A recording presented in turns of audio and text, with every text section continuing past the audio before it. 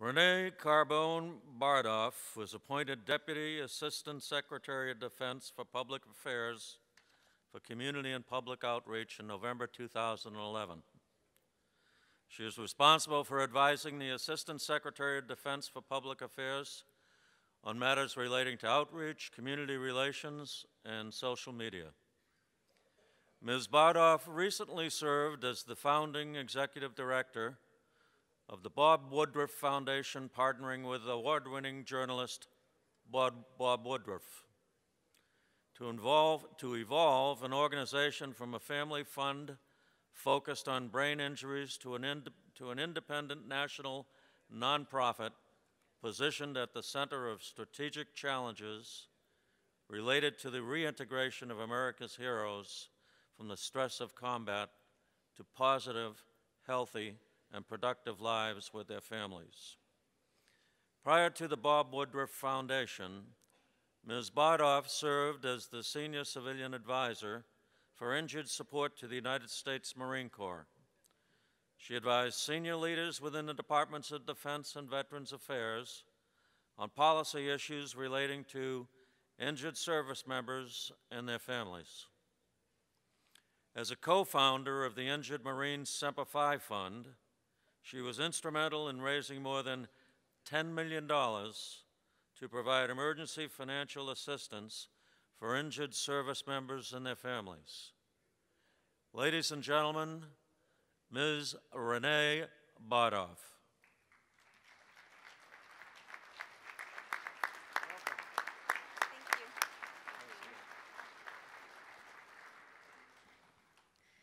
Good morning.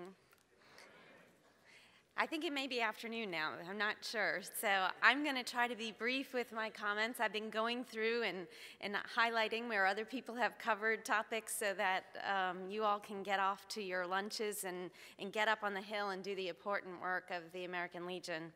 Thank you, Chairman Governor, and good morning, ladies and gentlemen. I must say that it's a true honor and privilege for me to join you in this extraordinary gathering of veterans, leaders all who have given so much to our country, not only in your service in the crucible battle as you were tested in ways that I can only imagine, but in taking care of one another, in fighting for the benefits you've earned and improving the quality of life of our service members, veterans, and their families. You selflessly sacrifice, even now, for our country. You've looked after generations that have followed, including our newest veterans from Iraq and even those now returning from Afghanistan. Thank you, National Commander Jim Kautz, for your kind invitation to let me join you today. And thank you, too, to Peter Gaetan, who has done extraordinary work with us in the Department of Defense to get the message out to the members of the American Legion on what we're doing in the department to care for our service members as they transition to be veterans. I'd like to also thank the Sons of the American Legion and Our Ladies Auxiliary. On behalf of all of our members in uniform, including Todd Veazey, who is just an extraordinary representative for the First Lady in their office, I want to thank all of you for your incredible efforts on all of our behalf. When I think of you leading 2.4 million men and women and 14,000 posts in nearly every community in America as part of this nation's largest wartime VSO, I marvel and I admit that I'm really in awe of your service. Your commitment to mentoring our youth and sponsoring wholesome programs in our communities while advocating patriotism and promoting strong national security is a model for all of us. Yet your model goes far beyond those actions to your core principles, those values you apply to everyday lives, your faith and your belief in hard work, in giving something back to this country, and your knowledge between the difference between right and wrong, and your sense of integrity, and your knowledge and awareness of the need for public service. You are a great example for young men and women, people like my son who just turned 17 and soon will be 18 and heading off to college or to the military. And you are just the people that I would want him to be mentored by. I will share with you the secret of my age, knowing that I am confident you will probably still just consider me a baby. You see, I am your daughter. I'm your sister, and with 2 children of an active duty Marine, I'm a mother. 43 years ago this year, I was born to a young soldier who served in our most turbulent and controversial time. And like so many other children of soldiers who'd served during the Vietnam War, I didn't know my dad was a soldier. I never saw his uniform or his boot camp photo or his good conduct medal until one day I was on the hunt for something up in the attic and came across it, tripping on it with utter shock that my dad was a soldier. I didn't know he went to Fort Dix, New Jersey and processed through there, like many of you did, or the reason why we would always stop and place flowers on the grave of a local soldier, or why we never missed a Memorial Day parade in our community in a small town outside of Boston. I never knew why he had bad dreams and how we could wake him in just a brief second and he would jump up at a start and ready to fight. And as kids, we would laugh about that and we would sort of poke fun at him and we'd poke him and say, "Watch this." And we'd wake my dad and we didn't know why. Perhaps I was just oblivious. Some of you are laughing because your kids did it too. Perhaps I was just oblivious, but I think it was instead that for many years, he didn't have a sense of pride in his service. It pains me really greatly to believe that that is true. You see, perhaps like many of you, he came home and reintegrated back into a society who was blind to his service. And he didn't join the American Legion or another VSO to ensure that he kept his military ties alive. He faded into life, and despite the fact that he had no college education, he became a successful businessman in real estate. And he knew nothing of his benefits as a former service member. He raised 4 children in a comfortable lifestyle, and it wasn't until hard times fell on our family in the 1980s and the real estate market bottomed out, and we lost nearly everything as a family, that he turned to none other than the American Legion. He needed health care, education, financial advice, and support, and it was you and the VA that were there for him and for my family. With an open heart and an open mind, remembering his service and taking care of your own, you honored him and you made sure that he felt that he was valued despite his current circumstances. It was you that pulled him out of the ashes and helped him to start a new business that he called Phoenix Enterprise. I just want to thank you for that.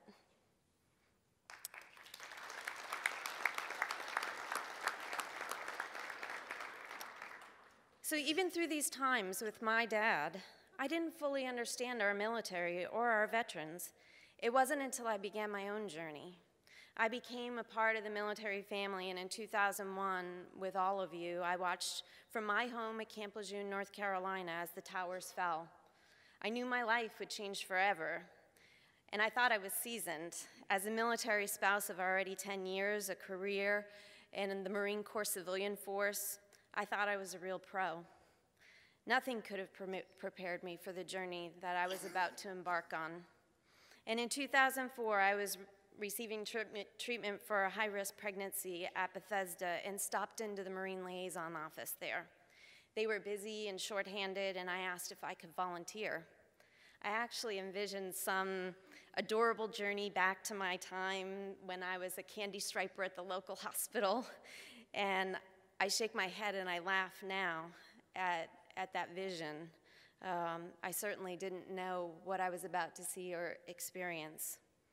A friend had asked me to become a founding member of the Injured Marine Semper Fi Fund, and going with my Mother Teresa's mantra of do no great things, only small things with great love, I jumped in and I thought maybe we'll help a family or two and that will make me feel as good as anything will.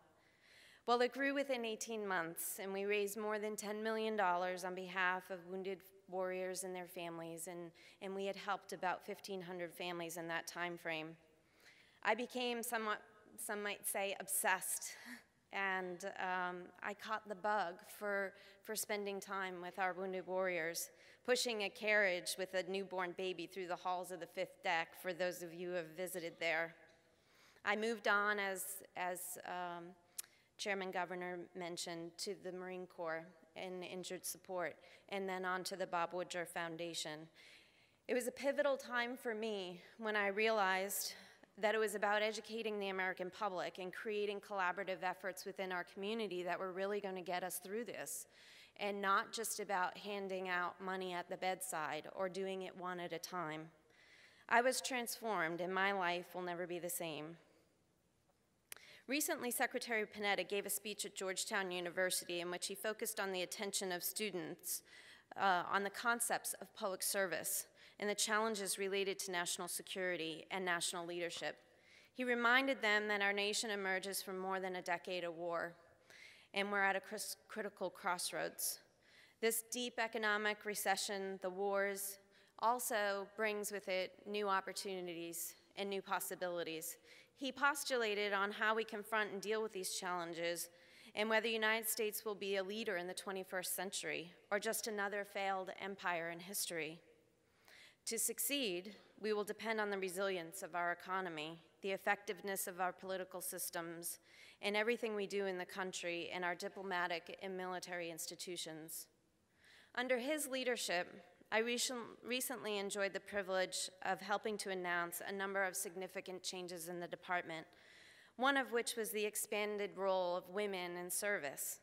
This decision rescinded the 1994 direct ground combat definition and assignment rule and was developed in collaboration with the chairman and the Joint Chiefs of Staff. It has been the next logical step in the department's effort to eliminate gender-based restrictions, a major change in the policy governing women's assignments. This major change was encouraged by the fact that 280,000 women have deployed over the last decade in Iraq and Afghanistan, demonstrating great courage and sacrifice. We simply could not have accomplished this mission without them.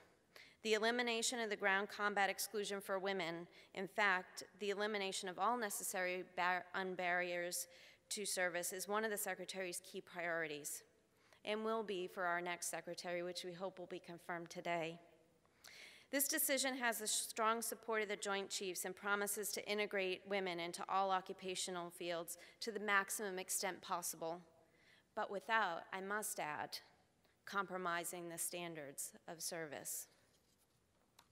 Another announcement involving the creation of the Distinguished Warfare Medal, which provides appropriate recognition in the name of the Secretary to members of the military whose extraordinary achievements directly impact combat operations but do not involve valor. This award acknowledges the technological advancements that have dramatically changed how we conduct and support combat and other military operations. And I want to thank the Legion for your support on both of these important issues. Finally, we announced Secretary Panetta's and the Joint Chiefs' decision to ask Congress to fund an increase in military pay for 2014. Because of the serious budget constraints facing the department, this proposed 1% pay raise is not as generous as it has been in recent years. This less than expected raise was a tough choice that had to be made to meet the requirement to reduce defense spending by $487 billion over the next decade. It also is important to understand that this proposal was not a part of the sequester, but tied to the current budget environment, which includes operating under an extended continuing resolution. In order to ensure that we maintain the strongest and most ready military in the world, the department's leaders are looking at every part of our budget for balanced savings. While most of the proposed savings come from overhead and weapons programs, we did have to look at the area of compensation too, and the Joint Chiefs and the Secretary had to make some very difficult choices. That if we didn't grow the growth of the compensation, we would have to further reduce the size of the force or sacrifice readiness because we wouldn't have the funds to pay for training and equipment, leading to a hollow force, which we must avoid at all costs. The Secretary has identified that we have to do our part in the fiscal crisis in this country, and we are going to create a smaller, leaner force and project our power in the Pacific and while maintaining our presence throughout the world. And we will be able to defend ourselves against more than one enemy at a time. And last, we can't be just about cutting. we must be finding savings and establishing priorities, and that's why the Secretary and the Joint Chiefs made the decision to invest in things like cyber, in unmanned systems, and special operations in space. We are the strongest military power in the world. What creates a serious risk today, though, is the pervasive budget uncertainty that threatens our security and threatens our economic future. And I know you all have heard a lot about that today. This week, as you know, and we have reiterated over and over again in all of the discussions, we approach this new trigger for sequestration on Friday. Let me also remind you that sequestration involves much more than cuts to defense. It's $1.2 trillion, of which $500 billion comes out of defense. It is a loss of teachers, childcare, healthcare, food safety, law enforcement, and it does affect our national security. And I know as you are up on the Hill in the days ahead that you will advocate for our service members and their families in this matter. We are going to have to absorb $46 billion in cuts. We will have the furloughs of 800,000 civilians in our workforce. And we would be kidding ourselves if we didn't think that the second and third degree effects of that won't impact our service members, their families, and the programs that support them and our veterans. Since the birth of our United States, no single generation of Americans has been spared the responsibility of defending freedom, including the warriors and heroes that are here in this room today. More than 44 million American men and women have sacrificed and served during a time of war, including you, and risked their lives defending this country. Through your service in the American Legion, you continue to honor those who have added chapters to that very proud legacy. It has been a transformation for me personally, from daughter and granddaughter of veterans to collaborator and convener of strong voices, advocates, and leaders to work in concert together in support of our community. We must be a singular voice, as Todd mentioned just a short time ago, with one message to the public to advocate for employment, education, and wellness in the force and for our veterans. We must act together, for alone we are only a small whisper in the choir. Together we will solve homelessness, suicide, employment issues, and will educate the future of our nation. We must aim to ensure that our American public believes what we believe, believes in what we believe, to remind them that brave young men and women still today serve on their behalf, that it's not about the war and whether or not you believe in the war and the fundamentals of a war or a conflict, but it's about the warrior and his family or her family. It is their duty as civilians, Americans, to ensure that our veterans have opportunities that will enable them to be successful for the rest of their lives. We're not asking for a handout. We're not even asking for a hand up. We're asking for a fair shot. George Washington once declared the willingness with which our young people are likely to serve shall be directly proportional to how they perceive veterans were treated and appreciated by their nation. There are still 66,000 young Americans that are fighting tonight and today in the cold mountains and windswept valleys of Afghanistan. There are thousands more enduring difficult conditions at sea and stationed at remote posts in the Middle East, Africa, Korea, and elsewhere because of their dedication and sacrifice, because they raised their right hand, like you, and took a sacred oath to defend this Constitution, and by extension, this country. Our nation and our military are the strongest in the world. We owe it to all of them, as you know, no matter where duty calls, to honor their service and support them in every possible way. And it is my hope that this nation will continue the pledge to support our troops even as we downsize. I know you understand better than anyone ever could how important it is to receive that handshake that says thank you for your service. And can you imagine how it would feel to make for a new veteran to feel and receive that handshake from you? From one of you, someone who has served and sacrificed, in some cases bled for this nation. Nothing really means more to our new veterans than knowing that their service and sacrifice is appreciated by those who have given the same commitment and have experienced war.